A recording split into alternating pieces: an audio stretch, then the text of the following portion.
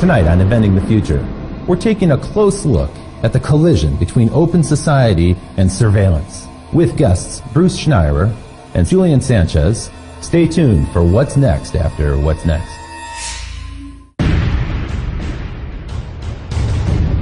$100,000 BC, stone tools. 4,000 BC, the wheel. 9th century AD, gunpowder. 19th century, Eureka, the light bulb. 20th century, the automobile, television, nuclear weapons. We choose to go to the moon in this decade and do the other thing.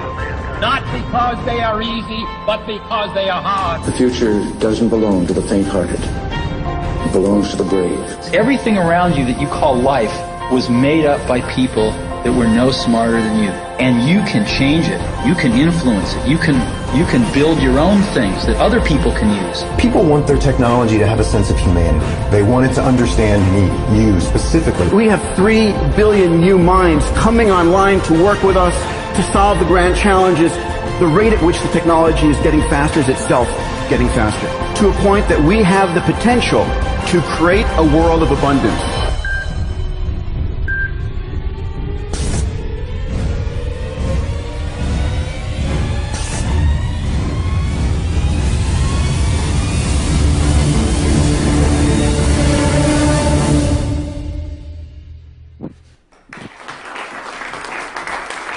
Thank you. Thank you. I'm happy to be back here tonight with Inventing the Future. You know, tonight's show is a little bit different than our usual show. Usually I come out and I talk about technologies that get me really excited, things that are coming in the future that I think hold great promise. Tonight it's going to be a rather different perspective, because it turns out that the digital technologies that so delight us and brought us so much abundance in terms of information and new ways to communicate, new ways to share ideas, well, those technologies also have a dark side to them. And we're going to take a look at that tonight. It turns out that these technologies that are in use around us right now, for instance, you're probably familiar with the idea of a hacker who might be going after your password to your social network account, or maybe your credit card information, or something like that. But it turns out that they have a convention in Las Vegas, yes, just like any organization, the Black Hat Conference. And in 2011, just a couple years ago, one of these hackers presented a paper where he proved that he can actually wirelessly hack into an insulin pump or a heart meter and actually hack it from a distance. In a way, he could send a jolt to that person and commit the perfect crime by killing them in a way that would be totally undetectable. That's a scary thought, and some of the manufacturers are already working on cloaking technologies to prevent that from happening. Just last week, the National Intelligence Estimate was published, and this is a document that details how China has a massive sustained campaign underway right now to hack into multinational corporations. And as it turns out, more than 50 corporations are under almost constant assault in this way.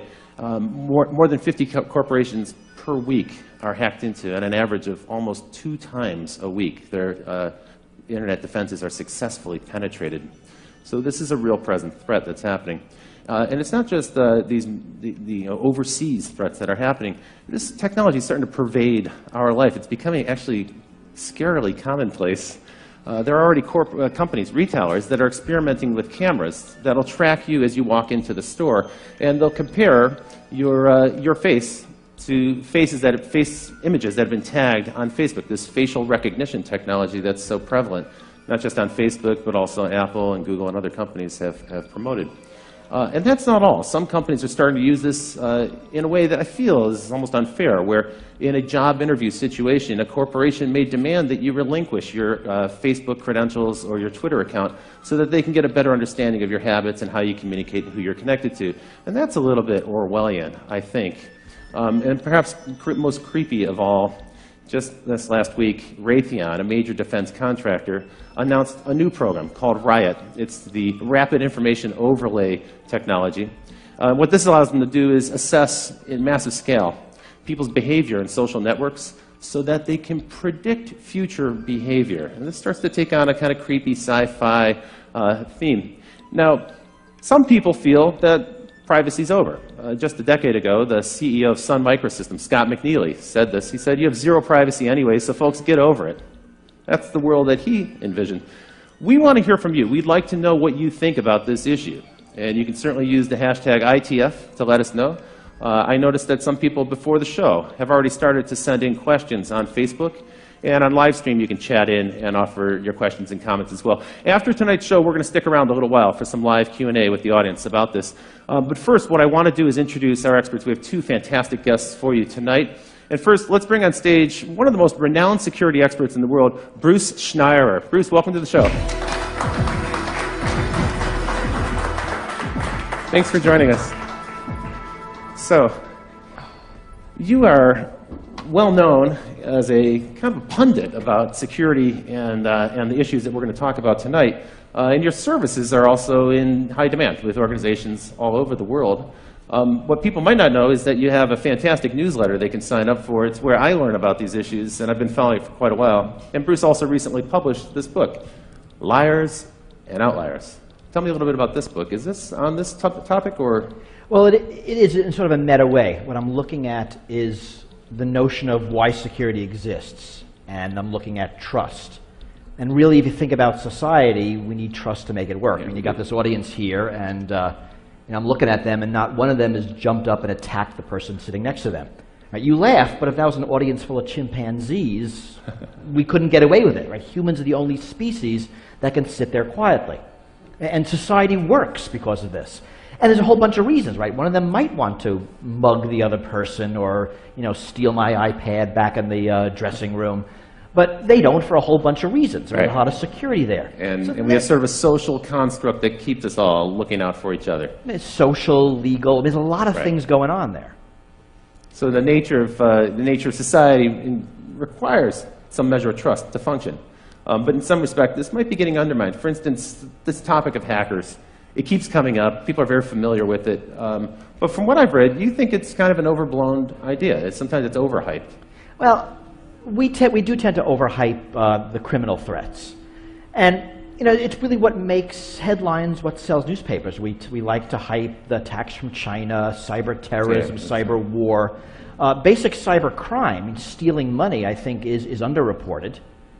Okay, a lot more happens. Some people said that accounts for almost 2/3 of all crime is now internet crime. I don't know if that number is accurate, but I've heard that. Yeah, it's really hard to count. It's hard to measure. That's right. There's certainly a lot of it. Okay, so we can't dismiss it. It's a real thing. But tonight we're going to cover a number of threats. I thought we'd start though with a funny idea here. So a hacker in Montana hacked into a local TV station, and he got into the emergency alert system there.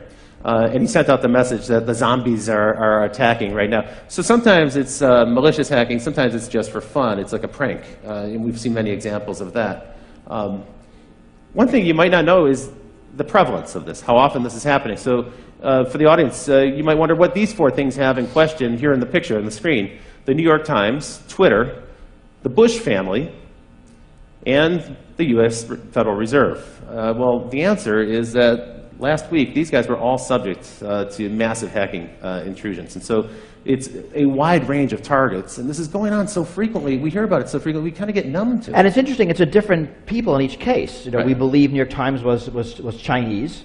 The Bush family was, I think, politically motivated. Federal Reserve was the anonymous group, so was some kind of political statement. Twitter, I don't know. Let's pretend it was a criminal. Right? You've got an array of different threats here.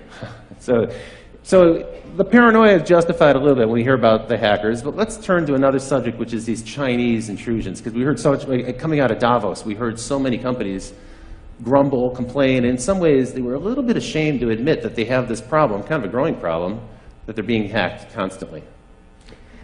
And it seems to be true. I mean, everyone's pretty much hacked constantly all the time. There's a lot of hacking coming out of China, largely politically motivated. The attack against the New York Times, the attackers were looking for names of informants, right? A very political thing, presumably for government reprisal.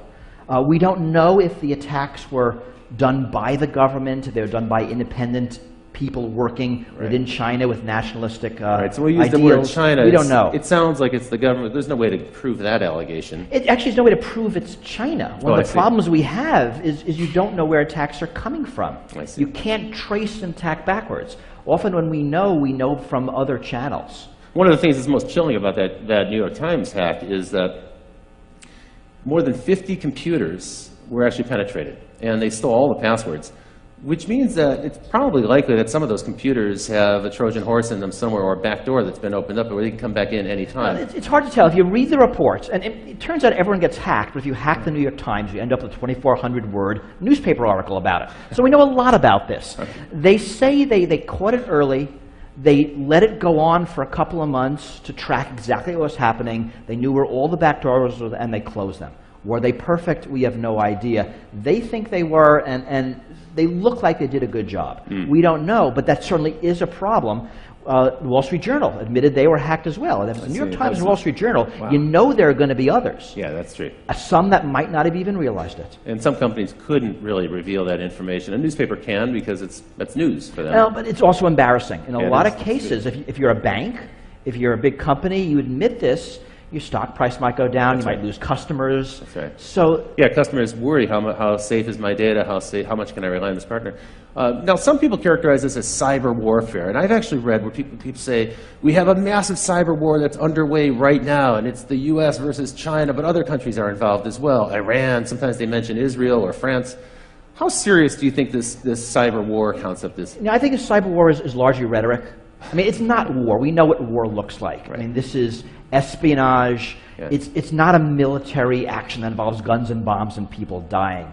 The cyber war rhetoric, I actually think, is largely put in place in the U.S. by government corporations that are profiting from it. Right? The U.S. Cyber Command announced last month that they're expanding from 900 people to about 5,000 people. Oh, so if we bang the drum of war, we can kind of stir up people and get support for a massive expansion. Because you think about it, we're really weird with war. We love to use the word war when there's no war. War on terror, war on crime, war on drugs. We love rhetorical wars. We hate using the word war when there's an actual war. We'll say anything else other than war. And this is confusing. So metaphorical war is accepted, it's politically acceptable. But what's going on here has kind of aspects of both. So the war on drugs is clearly not a war. Right.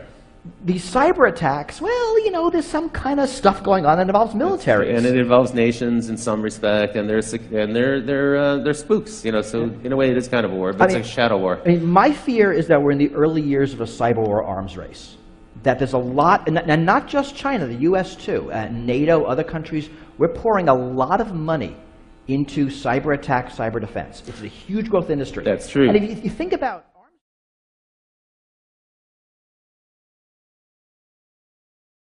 the drumbeat gets louder every single day. You coined the term wholesale surveillance to describe the way governments are kind of hoovering up data, and in the U.S.'s case, it's frankly because of the massive expansion of Homeland Security after 9/11. Let's take a look at wholesale surveillance by the numbers. So the first number I'm going to show you is 300. This is the number of times a citizen of the United Kingdom is videotaped on average every single day as they pass through the UK. There are about 5 million CCTV cameras in the UK. It's the most heavily surveyed country in the world. 1/3. This number represents the percentage of U.S. Air Force craft that are autonomous drones. Most people are unaware that we have 7,500 drone aircraft in the U.S. Air Force right now, and that number is increasing rapidly. And by the way, the Air Force isn't the only government branch that has drone aircraft. We'll get into drones a bit more. But the number that struck me was 40. 40 is the number of attacks every single day by drones in Afghanistan. I was unaware of this until I started to put together the research for this show. So last year, on average, every day there were 40 drone attacks in Afghanistan. 76, this is the number of nations that are rapidly scrambling to get their own drone Air Force fleet. So soon the United States won't be the only country that has drone aircraft, and they're seeking to either develop the technology themselves or acquire it on the market. Now this big number, 878,000, that's a number of hours of audio that have been recorded in 2012 by the FBI in surveillance here in the United States. And this number, staggering 29 million electronic files that were gathered by the FBI last year in surveillance in the United States. So this is, in some respect, these numbers reflect the massive expansion of electronic surveillance that's happening right now. And to help us talk about this, let me introduce our next guest, who comes to us from Washington, D.C. Folks, it's Julian Sanchez from the Cato Institute. Hi, welcome to the show. Thanks for joining us. So Julian, you actually have been covering these topics on the web as part of your responsibility at the Cato Institute, but also as a journalist for some time. You're an expert in the subject of privacy and law and this electronic surveillance. As far as anyone can be. Okay, well, that's a rapidly evolving topic. One of the things we talked about earlier today, and we're getting ready, was the expansion really began after 9/11. We had kind of a state of emergency. And my observation is it's a permanent state of emergency. It doesn't seem like there's any end in sight. Well, that's right. It's not a conventional war where you beat the enemy and then they're gone. It's a war, in a sense, on a concept terror. And as long as there are angry young men somewhere who hate the United States, there'll be a justification for that threat. That's right. As long as we keep lobbing in Predator drones with Tomahawk missiles, we'll probably create a whole new generation of terrorists who wish to... We don't seem to be running out. Yeah, that's right. Now, tell me a little bit about Homeland Security, which really is it's a relatively new thing, but that's been the locus of this big government expansion. And what they really did was they combined a whole bunch of different government departments together under one mandate.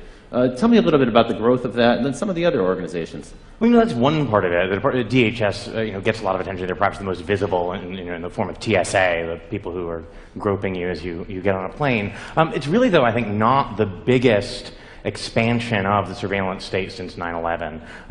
The problem is that a lot of this stuff happens below the surface. It's hard to get numbers, frankly, about a lot of the activity that's going on. Ron Wyden, senator from Oregon, has been trying to get data from the National Security Agency about how many Americans they've got in their database, and they essentially refuse to provide even an estimate. They say they can't even provide a ballpark guess as to how many Americans are sitting in their database, and that's a database that is enormous because they're actually required them to build a multi-yottabyte data center in Utah to store the products of the 1.7 billion communications they're intercepting every day. A yottabyte, by the way, is about a quadrillion gigabytes.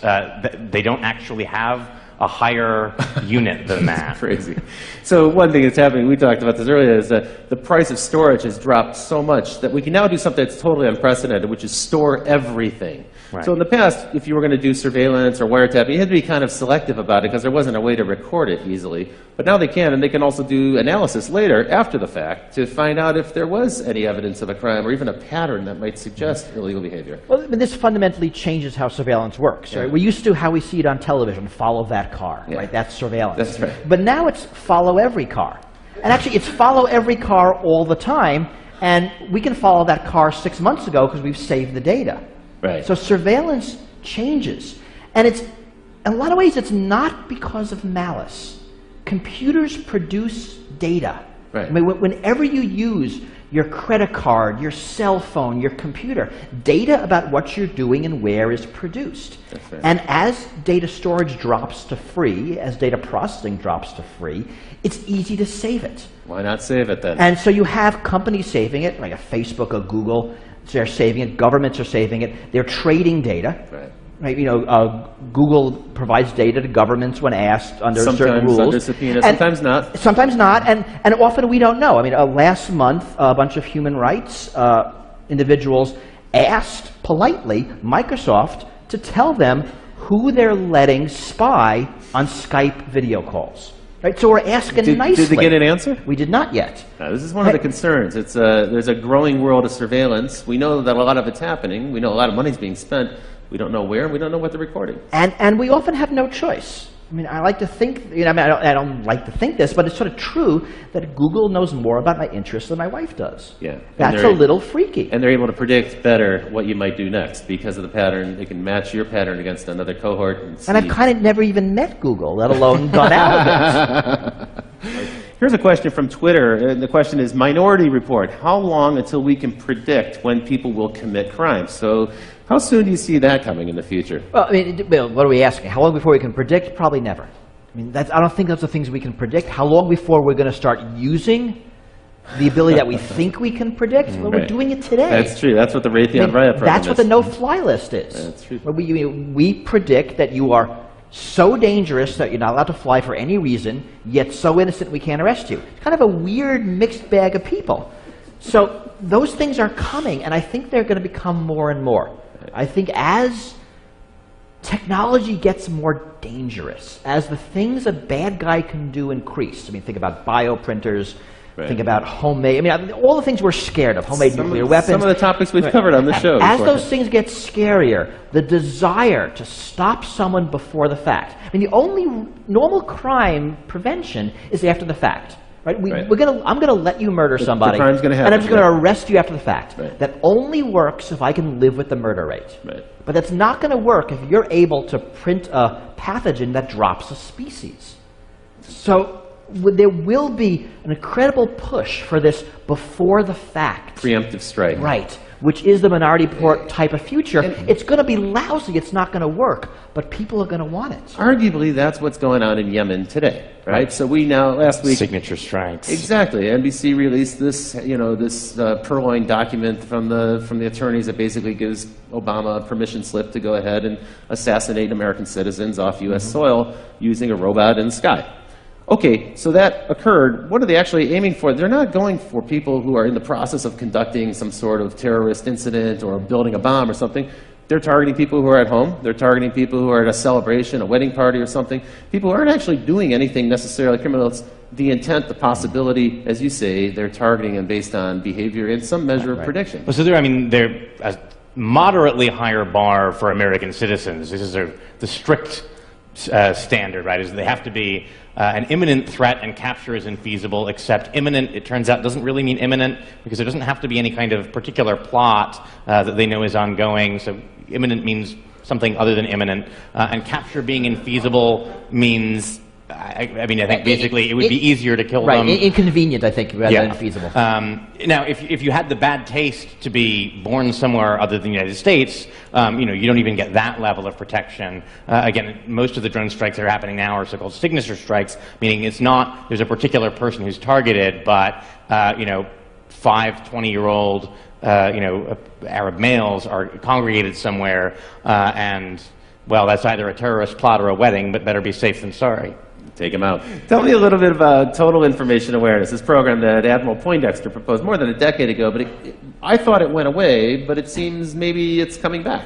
Right, I mean, the problem there was that they had terrible branding. They called it Total Information Awareness, which sounds creepy, and then they had a logo that was like an eye in a pyramid with beams coming down at the earth, so this sounded terrifying. Bill Sapphire wrote a column, freaking out about it. Everyone was duly alarmed. Congress nominally killed it, but it ended up getting essentially fragmented into a bunch of different programs that were farmed out to parts of DHS or DARPA. I think the NSA's Pinwheel database is in some sense an offshoot of that. Pinwheel is, again, on this model, a kind of vast database that allows kind of Googling for communications. They've shifted from that kind of targeted model, get a warrant, have an individual wiretap their conversations, much more toward a model that involves, some people have called it sitting on the wire, suck in everything, and then after the fact, figure out the search parameters are interested, go through, pull stuff up. And that's concerning, I think, because, when J. Edgar Hoover ran the FBI and was abusing surveillance for political purposes,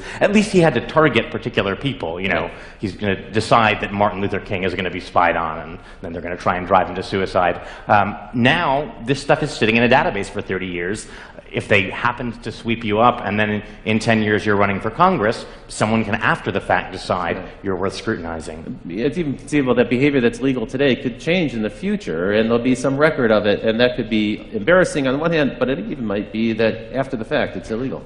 Or even not. I mean, we all do things that are embarrassing because we're human. Yeah.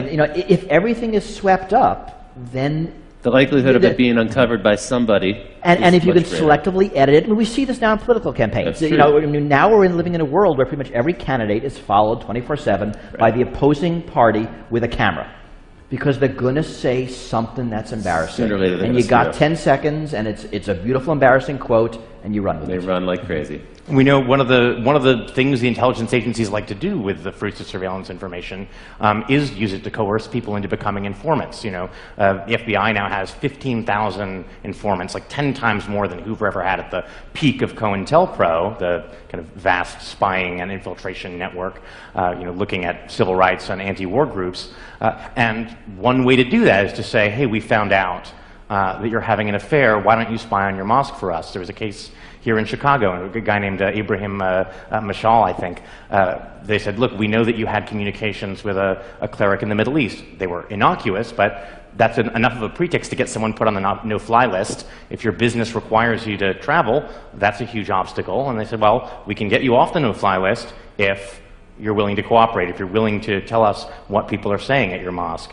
And he's actually currently now suing the Justice Department over this. So the information is gathered up in this kind of broad sweep, sometimes without a warrant. And in any case, warrants are targeted at an individual. Here we're taking information wholesale, as you put it, hoovering it up, and then it's analyzed later. And then if something embarrassing, awkward emerges, now they've got leverage on somebody. It might not even be illegal activity, as you point out, but it's leverage to coerce them into cooperating with the government and doing the government's bidding. And this is our government. Now, I'm assuming that this is happening all around the world, and probably in countries that don't have the same due process and constitutional rights and privileges that we have in this country. And I mean, it's certainly true, and we know that U.S. technology is being exported to totalitarian regimes for varied purposes. Government of Syria, government of Egypt, government of Iran. We know those technologies are being used to identify people who are blogging, who are tweeting, anti-government. That's right. After the Arab Spring, it's almost a certain bet that every authoritarian government now has a system in place to track those people who are outspoken, bloggers, tweeters, and so forth. Now, Bruce, I put this picture in for you. So why don't we go to this picture full, Ken, if we can show this to the audience. It says, premises protected by a false sense of security. You coined the term security theater. And tell me a little bit about that, because this is how most Americans experience the federal government most frequently now. As we go through an airport, we get an encounter with a federal official, right? I mean, it's actually amazing that for most of us, the way we interact with national security is the TSA at airports. Yeah. So security theater is security that looks good but doesn't do anything. So a great example is, I don't know if people remember, right after 9/11, if you were flying, you saw National Guard troops at airports. They were just after security checkpoints. They were on a rubber mat. They had uniforms, carrying a big gun. They were like 20. I mean, they were kids. Those guns had no bullets. Because, I mean, right, they were kids. They wouldn't want to, this would be dangerous. That's right, security theater.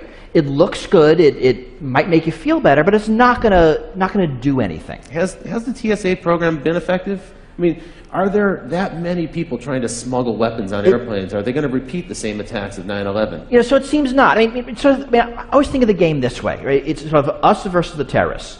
So we screen for guns and bombs, and the terrorists use box cutters. We take away box cutters, they put a bomb in their shoes. We screen shoes, they use liquids. We limit liquids, they put a bomb in their underwear. We have full body scanners. They're going to do something else, right? This is actually a dumb game. It is a dumb game. Right? It's like shutting the gate after the horse is gone. I mean, so the smart game is you pick your attack, I pick my defense, and we see who wins.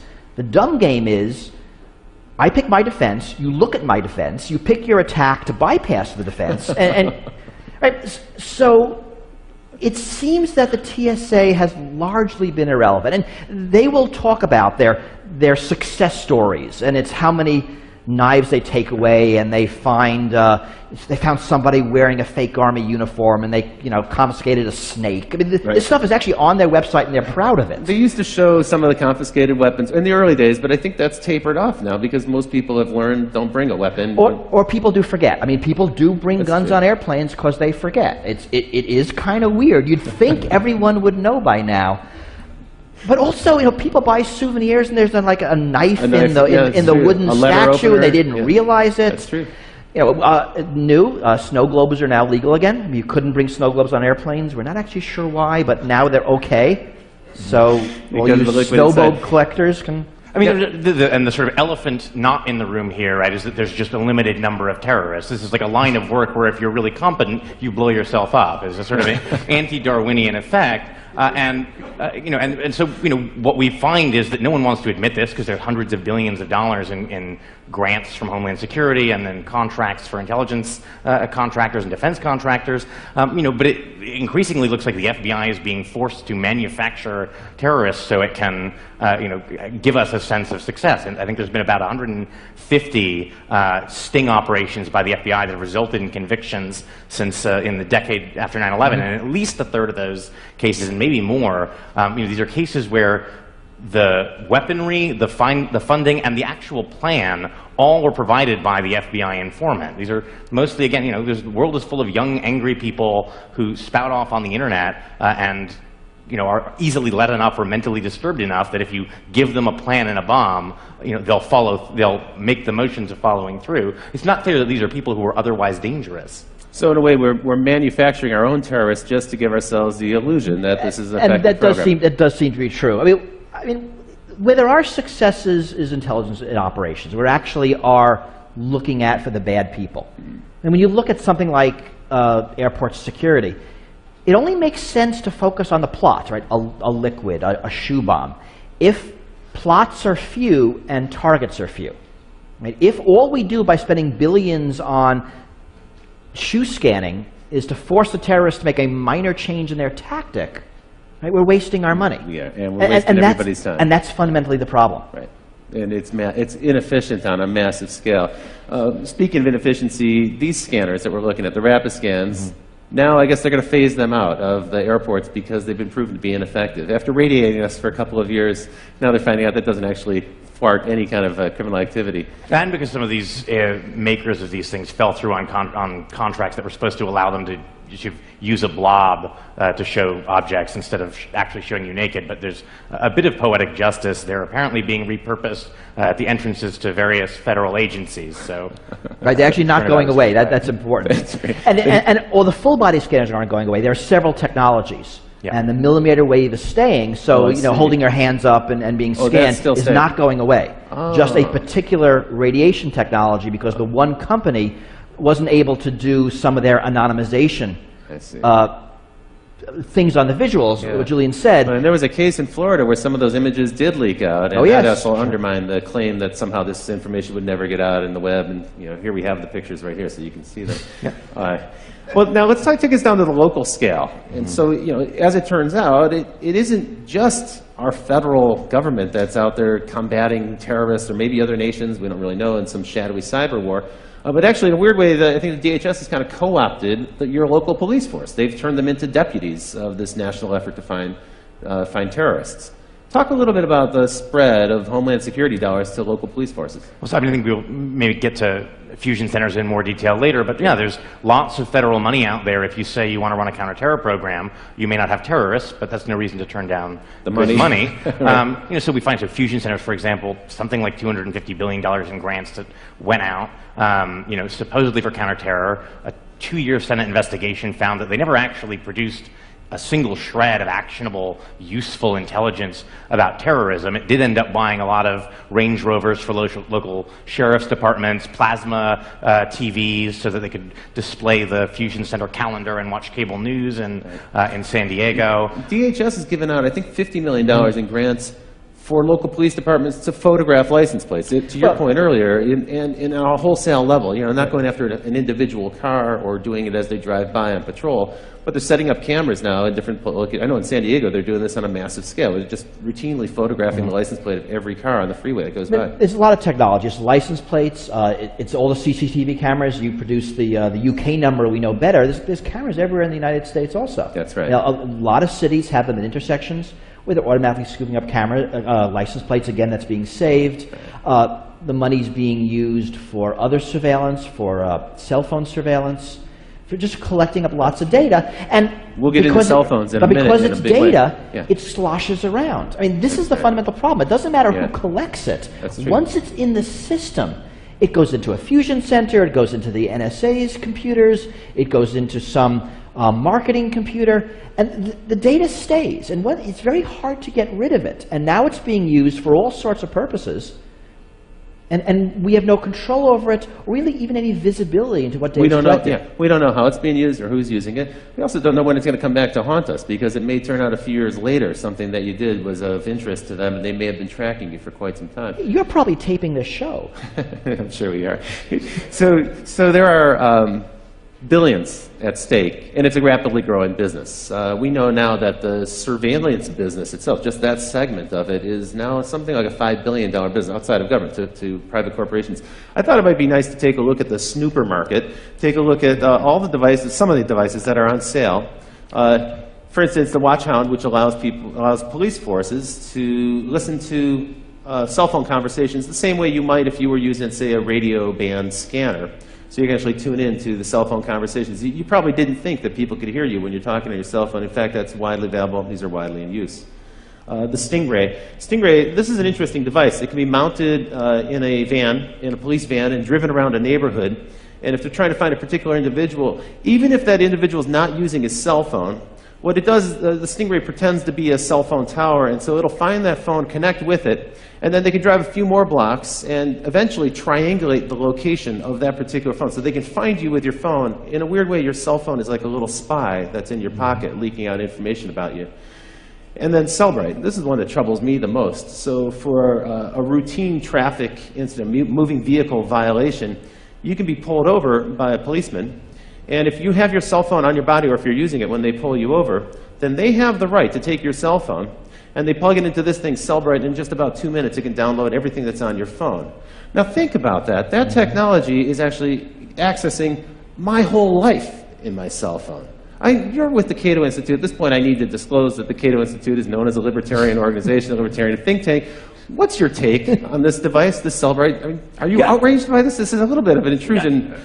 I think it's, the question, of course, is whether this is actually something that happens routinely. We don't know what a court would say about a situation like this, but certainly the setup is there. The Supreme Court has held that it's not just, felonies that a police officer can arrest you for. It's any crime, including not having your seatbelt buckled or a traffic violation. It's up to their discretion whether to perform an arrest. And then once they've decided to arrest you, there's a Fourth Amendment exemption for searches incident to arrest. It's certainly not beyond the realm of possibility that they could decide that that is covered within the scope of a search incident to arrest, and effectively use a pretextual stop to gather a full record of your electronic life. I've also heard that when you enter the U.S., sometimes Customs and Border Security will do the same with laptop computers, cell phones, and so forth. And usually, you're right, it's for an individual of interest to them. Not necessarily a suspect, but it might be someone we know of, documentary filmmakers and volunteers who work on organizations, even people affiliated with Aaron Swartz. I have been detained in this way and seen their electronics moved down.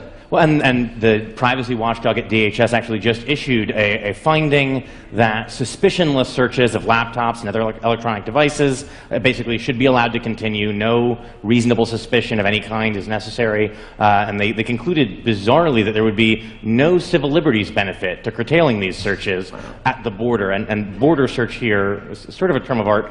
It's also their view that the sort of constitution-free zone extends for about 100 miles in from the border. And the Constitution-free zone. Not a phrase I'd heard before. Remember that this is all temporary. I mean, so what's the outrage here? That my phone has my email, my contacts, my calendar, my life. Potentially my credit card information could be stored. But think about what's really happening. I have a smartphone. It's probably that Google has my email, my calendar, my contacts. Right? It's just in a convenient cell phone shaped package for me to carry around with me. You're right. If the police wanted it, they could just go get it elsewhere. That's true. So data's moving around. One of the problems with these debates is we always focus on one thing. We focus on cameras, focus on cell phones, we focus on CCTV. Whereas the problem is everything put together. Right? It's not drones, it's drones with cameras. It's not drones with cameras. It's drones with cameras and face recognition, the ability to track between different drones and day-to-day, tie that back to databases so you can see in real time from a drone everybody's name and income level as they walk around town. This is a terrifying prospect. In a way, getting your data from the phone is super inefficient because, one, the person knows that you've done it, probably. They see you, plugging their phone into something, and you have to only get one person at a time's data. What a drag. Unfortunately, since a series of sort of misguided rulings from the late 70s, Fourth Amendment doctrine is that once your data is in third-party hands, once it's Google or Facebook holding on to it, in principle, that's now their business records. You've surrendered your Fourth Amendment privacy interest. And so a lot of that data that we naturally expect to be protected by the Fourth Amendment's requirement of a warrant issued by a judge isn't protected in that way and can be gained. People are totally unaware of that. That actually pertains to your Gmail account, for instance, which is stored on Google servers or any other but pretty much everything these days. Cloud computing, we have our pictures somewhere, our emails somewhere. All of our data is very rarely on our devices That's now. really true. It's really Increasingly, elsewhere. as we become because it mobile. makes a lot of sense. But now, as Julian said, It's a the vulnerability. rules no longer apply that protect them. In a weird way, our protections, our First Amendment, Fourth Amendment protections haven't really caught up with the 21st Not century. even close. And the technology is evolving much faster than laws ever will. Let's bring it right back home here in Illinois. You were shooting the show here in Chicago, and you may be unaware that right here in Illinois, there are 91 organizations working on counterterrorism efforts. And what's interesting about that number of 91 is that more than 3/4 of them didn't exist before 9/11. So these are brand new organizations that are involved in some way or another in surveillance. That's why we call it Illinois, the land of surveillance. Welcome to this place. What we happen to have here is 2 fusion centers. You talked a little bit about these. Here's a really ugly diagram from the government. It's non-confidential, so it's been released for us to show to you tonight. And tell me a little bit more about these fusion centers. In your view, they haven't been very effective. Right. Well, in the view of a bipartisan report that the Senate put out, despite years of being assured that these were a proven vital tool. The theory was you synthesize information from local law enforcement, lots of different agencies, bring that together with information at the federal level, information that various intelligence agencies have gathered, and this will give you a better window into incipient terrorist groups. Of course, right after 9/11, we assumed there had to be lots of other sleeper cells waiting to strike, and it seems to be that that's not the case. And so you've got a lot of people looking for something that doesn't appear to be there. The sort of history of intelligence suggests that, unfortunately, the problem is if the thing that you are convinced is there isn't there, you just keep looking harder. That's true. And redouble your efforts and argue in the future. We need more resources to go after this. One of the funny ironies that I think has emerged here is a statement that actually was made by Julian Assange. And we put on this picture here. We got this picture from the web, but it's actually worth zooming into. So if we can put this on screen for the folks at home. Here you have Julian Assange of WikiLeaks, and he's saying, I give private information to the public for free, and I'm a villain. Meanwhile, Mark Zuckerberg of Facebook, well, he's taking your personal information, and he's providing it to private enterprise for money, and he's the man of the year. Your take on this is slightly different, I think. You're not going to go with this parody 100%. Well, it's funnier than it is true. I mean, right. Just sort of for reasons of greed, basically. Zuckerberg wants to keep your information, so the corporations have to keep coming back to him to target their ads. You give out all that information, they don't need you. But these companies, and it's not just Facebook, it's also Google, it's also Apple, they're subject to literally thousands of subpoenas and these really creepy national security letters. Yeah. Can you tell us a little bit about that? Because I think a lot of people are unaware of what an NSL actually is. So national security letters, they're a tool that existed in a much more limited form before 9/11, were in a series of stages expanded. They allow FBI agents, basically the head of any one of 52 FBI field offices, to authorize without judicial supervision or approval the seizure basically of non-content telecommunications records and financial records. And financial records now has been expanded to mean any record from anyone that uses money, essentially. And Obama, when he was campaigning, said he wanted to do away with these. He wanted to do away with national security letters being used to seize sensitive information about people who are not even suspected of a crime. They're really used in a kind of 6 degrees of separation way to say, well, we have one target, let's look at everyone they're friends with, and let's look at who they're emailing and what websites they're visiting, so we can get a kind of social graph or pattern out of it.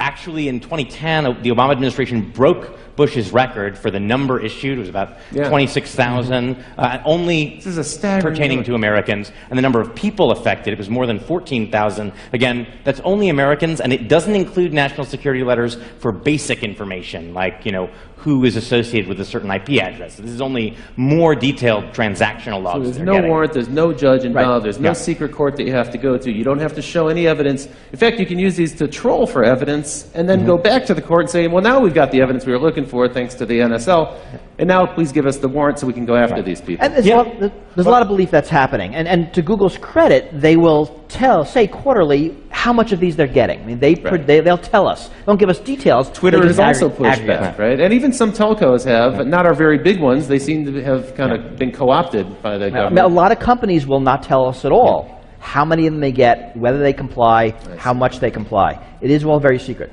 Google and Twitter are rare in sort of volunteering some of this information about how much they get. There's no aggregate reporting as there is with wiretaps that would give us a kind of overall picture of how much these different electronic surveillance tools are used. The telcos normally are not so forthcoming, but Congressman Ed Markey sort of requested the major cell phone carriers to give a tally of how many requests from different kinds of law enforcement agencies they got, added up to about 1.3 million a year. Wow. A lot of that is cell phone tracking, a lot of that is calling patterns. Also, just the compliance with that, think of the number of requests. I'm certain that the person receiving those requests at that volume would just automate the process and not even pay attention. Well, Sprint has done that. They created a back end called L-Site because they said, we're getting so many requests, we just couldn't deal with them manually anymore. It's like the information smorgasbord. They allow them to just dial straight in. We've heard rumors about that, too, with some of the other social networking sites.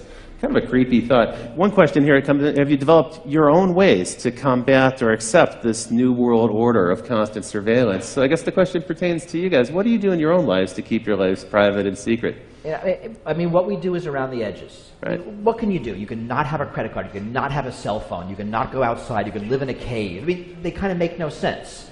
You know, I don't have a Facebook account. That makes me kind of a freak. I keep all my email on my computer. That makes me a double freak.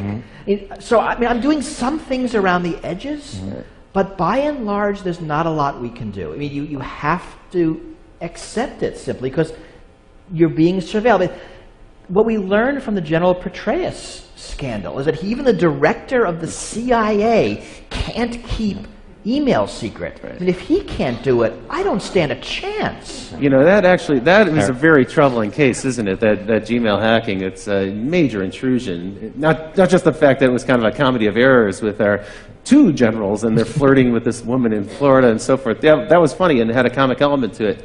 But in fact, this Gmail hacking by the FBI, with really no pretext, no evidence of criminality, and they trolled through until they found some evidence of something that they could hold him accountable for. It's bizarre on a couple levels. It nominally started as an investigation into cyber stalking, meaning she'd sent some harassing, Paula Broadwell had sent some harassing emails to a woman who was friends with Petraeus. This is not normally the kind of thing the FBI would involve itself in at all.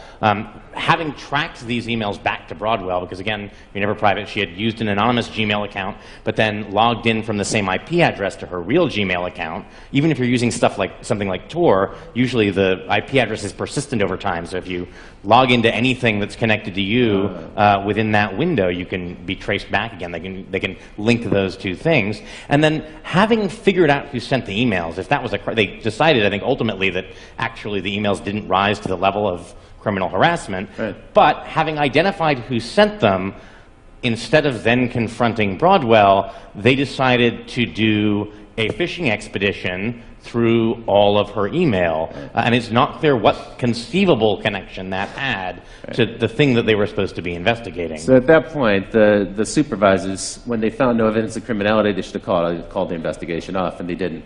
That seems like a real breach. We'll probably hear more about that story. I need to move on. We'll have the conversation, but we have to get into what's next. So in this show, we like to talk about what's now and what's next, and then what comes next. The next things we're going to talk about are drones, phones, and super cookies. And it gets creepier, folks. So check this out. Predator drone, you're familiar with these. They've been in use since 2001. There's one on display at the National Air and Science Museum, so they're already kind of a part of American history. Massive expansion of that program. But as Bruce mentioned just a minute ago, the scientists from DARPA has been experimenting with different ways to modify these. There's all sorts of new, weird versions of drones that'll be coming out in the near future. One of them is called Argus, and what they've done is they've taken 368 of those cell phone cameras, the 5 or 10 megapixel camera that's on your cell phone today, and they've assembled those into sort of a beach ball shape mounting. And they can put that at the front of one of these drones. And this Argus program then allows that drone to hover over a particular place and record everything that's happening on the ground. Now, the device itself, the drone itself, has literally millions of terabytes of storage on board, but they're also streaming that data out down to the ground. And so in real time, someone who's back in the base station can see an image kind of like this. It's a composite image of all those different eyes in the sky, and they can start to see what's happening on the ground. But what's even more troubling, because of the degree of accuracy into those cameras, is that they can zoom in. And they can actually, today, get to a level of detail that allows them to see from 14,000 feet in the air a 6-inch long object. They can also, using gait analysis technology, face recognition, some of the other technologies you mentioned, they can actually start to identify the people on the ground. Today, these technologies are being used in Afghanistan to fight the war there. Tomorrow, those drones will be in the United States. It seems to be a near certainty. More than 358 different law enforcement groups and counterterrorism groups in the United States have asked the FAA for permission to start to fly their own autonomous drone units, and we can expect those to be mounted with similar surveillance technology. This is clearly coming. Now, when we chatted about this, you gave what was a really chilling prediction to me, which is that basically you're like, it's here, it's happening. Yeah, I mean coming seems like an overstatement. We used drones this week to hunt down that California cop killer who was holed up in his mountain hideout. Right. And they're being used in cities. That's right. I think we have a picture here of well, these are some of the cheap ones that are coming, but here we have the Border Patrol. Right. And they have 10, they have a fleet of 10, and they've asked for 14 more. So you're right, it's already here, it's not really out in the future. I mean, what's coming is, what's coming next, right? They're going to get better at resolution, right. Be able to read documents, be able to better identify faces. And once you identify faces, I mean, you have a lot of good public face databases. I mean, Facebook has a phenomenal database of tagged photos. Thanks to your friends who tagged you, you'll now be identified by the drone in the sky when you leave the house. Even if you're not on Facebook. I mean, it's not like you're their customer. Right? I don't have a Facebook account. There are tagged photos of me on Facebook. They have really a network of my friends there because they'll pull people's address books. So 5 years out, what do you expect to be the case? There'll be drones in every city. There will be. So my expectation is that there will be drones everywhere 24/7. I mean, it's not going to make sense for companies to fly their own drone fleets. There's going to be, Drones Over America, Inc. And they'll have drones everywhere, and, like Google Street View, it'll be drones Skyview real time, and you just rent time on it. You get what you want. Like a backbone internet provider, you'll just lease capacity on the drone. Because that's surveillance for hire. But that's a smart way to do it. I mean, you have that now with satellites. So if you're a company that, I'm making this up, wants to sell lawn care products, you can get a map, you can overlay it with addresses, so you has crappy lawns, so you now can call them. So it's all the data being collected and overlaid with other data. So we can identify people, we can collect it, market it with databases, we can integrate it with cell phone data, which, as you mentioned, is location data, and also data about who you're interacting with. And now, whether you're a government or a corporation, you can collect people who aren't your customers, for everybody, a lot of data about them, which allows you to market to them. That's true. And for commercial purposes, there's many good uses, right? Real estate people want to understand where traffic patterns are going. Retailers want to see how much foot traffic and car traffic. There are weird uses, right? I mean, there's a lot being talked about now about personalized billboards. That a billboard will see you walk by. Now they can recognize your gender really quickly, and they can give you an ad that you might like better. Wow. But if they now know you by name, the same ad now follows you around town. That is... And then onto Facebook and onto Google, and it gets really weird. It sounds like science fiction. So for one of the things you're leading up to, you've already foreshadowed a little bit, is the combination of these eyes in the sky, and frankly, eyes everywhere. Every building will have cameras on and so forth. All that information now is going to be networked. Previously, the CCTV cameras weren't networked, but now they're networked. And we can cross-reference that with your location data. So your phone in your pocket, as I said earlier, it's a spy. It's really like little brother is watching you. You're carrying little brother around with you. That's leading us into this wonderful new world of behavior tracking. This is the white-hot center of online advertising at this point. It's the hottest field for online marketing, where we can actually kind of predict patterns of behavior, predict who we can market to next, some of the things you were just alluding to. Tell me a little bit about super cookies. Here we've got a goofy picture of super cookies, but this is actually kind of a creepy new development in browser technology. Right, so the idea is that people have started to catch on it. Some of them at least. Right, it's actually not that new. Right, that's true. You clear out your cookies so you can't be tracked online. Yeah, we're familiar with that. You clear but it turns out there's a lot of other ways you can do that. There are plugins like Flash that allow separately data to be stored that can be used for tracking purposes. And there's stuff like browser fingerprinting. Your browser sends a lot of information about how your system is configured, and it turns out that very often that's enough to uniquely identify you, the sort of precise combination of different search history, settings. the websites that you visit, and so on. Even things like the fonts on your computer. I mean, computers tend to have fingerprints that uniquely identify them. What we're really learning is, and it's worse on something like a smartphone, that it's really, really hard, probably impossible, to not be tracked. That even if you do all the things right, enough happens around you that the data is being collected. Right. And then, of course, once it's collected, and you don't know where it goes. Right. It's the future of advertising. Even the Magic Kingdom is using a kind of technology. This is an example from Disneyland where your family can have a RFID bracelet, a little radio frequency tag bracelet that they can wear so your kids can run around Disneyland and you can kind of identify them. But that's not the only people who are watching. It turns out Disneyland loves this because they can now track traffic flows within the theme park, and they can see if you're spending more time in Tomorrowland than Frontierland and so forth. They also know if dad is spending time drinking a beer while his kids are on the rides. It also means that the different Disney characters can greet you by name because they'll see your name on some device that they're holding and they can actually say hello, which for parents who've taught their kids not to talk to strangers who address them by name, this starts to create kind of a weird situation. And I don't know if not to talk to strangers applies to giant ferrets. That's right. Cinderella. Yeah, right. But not really a stranger. You know, my feeling is that this type of technology seems innocuous. Oh, come on, it's Disney. How bad could it be?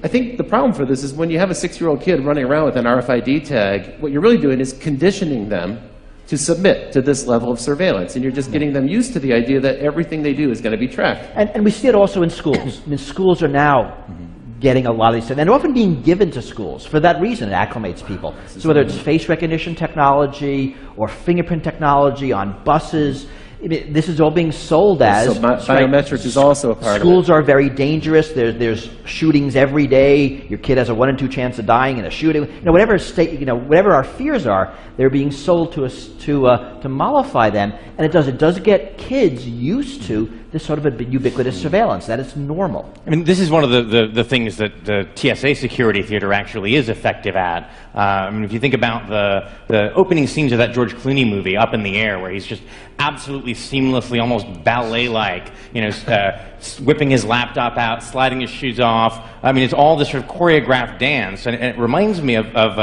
this idea that the French philosopher Michel Foucault talked about, that there's forms of surveillance that create docile bodies. That by being observed, that we are trained to follow the path of least resistance, which is to say, train ourselves to automatically go through the procedures that expose us to the TSA guy with the least amount of hassle. I mean, they do a good job of encouraging this, right? Well, you don't have to go through the naked scanner. You can instead get terribly groped. Well, no, the easier thing to do is submit to the naked scanner. And it's a form of training. That's true. I think that's very true. You know, I was a young man. I had the opportunity to live in Berlin, and I spent time in East Berlin and East Germany and elsewhere in the East Bloc. And this was the one thing I took away from that experience, is when you live under constant surveillance and you don't know who's working for the government, they all might be spies, you never really know, people become apathetic and they stop trying. Well, but also, you change. I mean, I remember in the years of 9/11, I'll be talking to a friend on the phone, and we say something because we're talking about security, and one of us says, wow, I hope the NSA isn't listening. We both laugh because it's a funny joke, but the conversation changes. That's true. The fact that you might be observed in all things changes how you act. It makes you less of a free person. I mean, there's probably less crime in East Berlin, but you didn't want to live there. You sure didn't want to live there. One of the sadder things I remember reading in the New York Times reporting on the NYPD's sort of Muslim infiltration program was there was a student union at, I think, Columbia or another New York university where they had posted in the room where the Student Muslim Association met a sign saying, please do not discuss current controversial politics in this room, we don't want trouble. And that doesn't seem like a healthy environment for a free society. Right. Please keep your free thinking at home. Don't bring it here. And unfortunately, you don't know these things to their gut. Freedoms are hard to value. You only value them when they're missing. When they're gone. That's really true. And more than a decade ago, Phil Zimmerman, the creator of Pretty Good Privacy, he said he likened personal privacy to the environment. He said there's going to be a time where it becomes kind of a privilege for a certain group of people who can afford to have access to it. Okay, so that's pretty scary and pretty depressing. I don't want to end on a dark note like that. I guess the question is, what can we do? What are some of the things we can do? Now, we had some encouraging news, perhaps. The mayor of Seattle recently decreed that there will be no drone surveillance in the city of Seattle. Perhaps that'll start to roll out on a local level. More cities might follow. Some people are starting to hack together their own way to avoid police surveillance. Here's a kind of homemade version of a license plate scanner avoider. And when it comes to face recognition and face tagging, there's an artist in the UK who created a series of makeups that you can purchase. And if you put these makeups on, they look a little funny, but what you can see in the picture here is it makes it difficult for a computer to recognize your face as a face because it actually distorts the image for the computer. Who knows, maybe in the future you'll see some people walking around with that or some kind of tattoo. That artist is Adam Harvey. He's actually introduced a fashion line, which we have here, and we'll show a little bit later on. Marley's got a few of them over there. Here are a couple examples of these. It's a little fanciful, maybe a little hypothetical at this point, but these are garments designed to help you protect yourself from surveillance cameras, from thermal scanners, and from surveillance cameras. And you can see they might even have a chance of bringing the burqa back into style here in the Western world. One thing actually that they sent out I thought was probably had some use to it, which is this bag. It's a little case for your cell phone, and when your cell phone is inside of it, it doesn't emit any signal, and no signnal can get in, nobody can track it. Well, because nobody can call you either. That's so true. You could just turn off your cell phone and save $100. Tell me a little bit about this act. So this is an act that was proposed by Rand Paul of Texas, right? This is the Preserving Freedom from Unwarranted Surveillance Act. It's a big title, but actually kind of a neat principle. Yeah, I mean, the only possible member of Congress who I could ever say might go a little further than I actually would is Rand Paul. The idea here was to require a warrant, a full-blown Fourth Amendment probable cause warrant, anytime law enforcement or intelligence wants records about you from a third party like Google or Facebook. Not just the contents of communications. Federal law sometimes allows those to be gotten without a search warrant, although courts are increasingly saying the Fourth Amendment requires it. He wanted to say all records, your IP logs, your basic subscriber information, everything would require a full-blown warrant. That seems like a little much. I mean, they need something that they can get first so they can build the evidence they need to go to a judge for a warrant. But it's actually a very hard question where to draw those lines. What is sensitive information? Because even something like an IP address or email headers can reveal stuff about your political associations, which the Supreme Court has said is protected under certain circumstances. You can't force a controversial political organization like the NAACP to reveal who their members are to the government. That's a pretty tall order. But unfortunately, right, this bill died in committee, yeah, right? I mean, the bill and all of the technologies you talked about, if you think about it, they're really around the edges. When you think about what we can do, the unfortunate answer is kind of not much. And these things are happening. There's a drone lobby. There's now a big surveillance technology lobby. I think what we can do is what we're doing here. We need to talk about the issues. We need to make people aware of them, and we need to agitate. I mean, this is going to require real social and political change. We're not up for it now. The hope is that we will be eventually. I quite agree with you. Note that the Paul bill was one of several that got shot down as the FISA Amendments Act, which empowers the NSA, was reauthorized. A lot of this stuff was a lot milder. So a proposal that the NSA has to make an estimate of how many Americans are being swept into its database, shot down. A proposal that before, if they're doing foreign collection and they sweep up Americans and they want to search for a particular American, they need a search warrant for that, shot down. It's sort of troubling how little will there is. Who's doing the shooting down? Like, who are these senators? Everybody is. Everybody. It's not anybody in particular. Bipartisanism is alive in Washington. When it comes to stopping legislation. Yes. The problem is there isn't the political. I mean, if you think about who won, you're going to go against the police. You're going to go against national security. You're going to go against corporate lobby. There's not a lot of power arrayed against these things, and that's why this is hard. It's a giant issue. Well, it's time for me to start to bring the show to a wind down now. We will have an open Q&A afterwards. I hope you'll stick around for that. But now it's time for me to talk about what's next after what's next. And folks, it's simple. You face a difficult choice ahead. We have to decide what kind of society we want to live in this country. A society where we can expect a reasonable degree of privacy, or a society where transparency is forced upon us without any possibility of resisting it. That's a decision we're going to have to make. We do have the ability to hold our elected representatives accountable. We do have the ability to speak up and object when corporations impose some transparency or forced surveillance upon us that we don't wish to have. And we have the ability to speak up. So it is forums like these that give us the opportunity to have that kind of an exchange. Well, I want to thank you both. Bruce Schneier, thank you for joining me on the show tonight. Julian Sanchez of the Cato Institute, thank you. Be sure to check out Bruce's book, Liars and Outliers. I want to give a big shout out to the crew here at Live Lab. And Barry, thank you very much for making this show possible. It's been a pleasure doing the show with you. And a big, big shout out to our live band led by Paul Wertico. Strike it up, Paul. Let's hear it.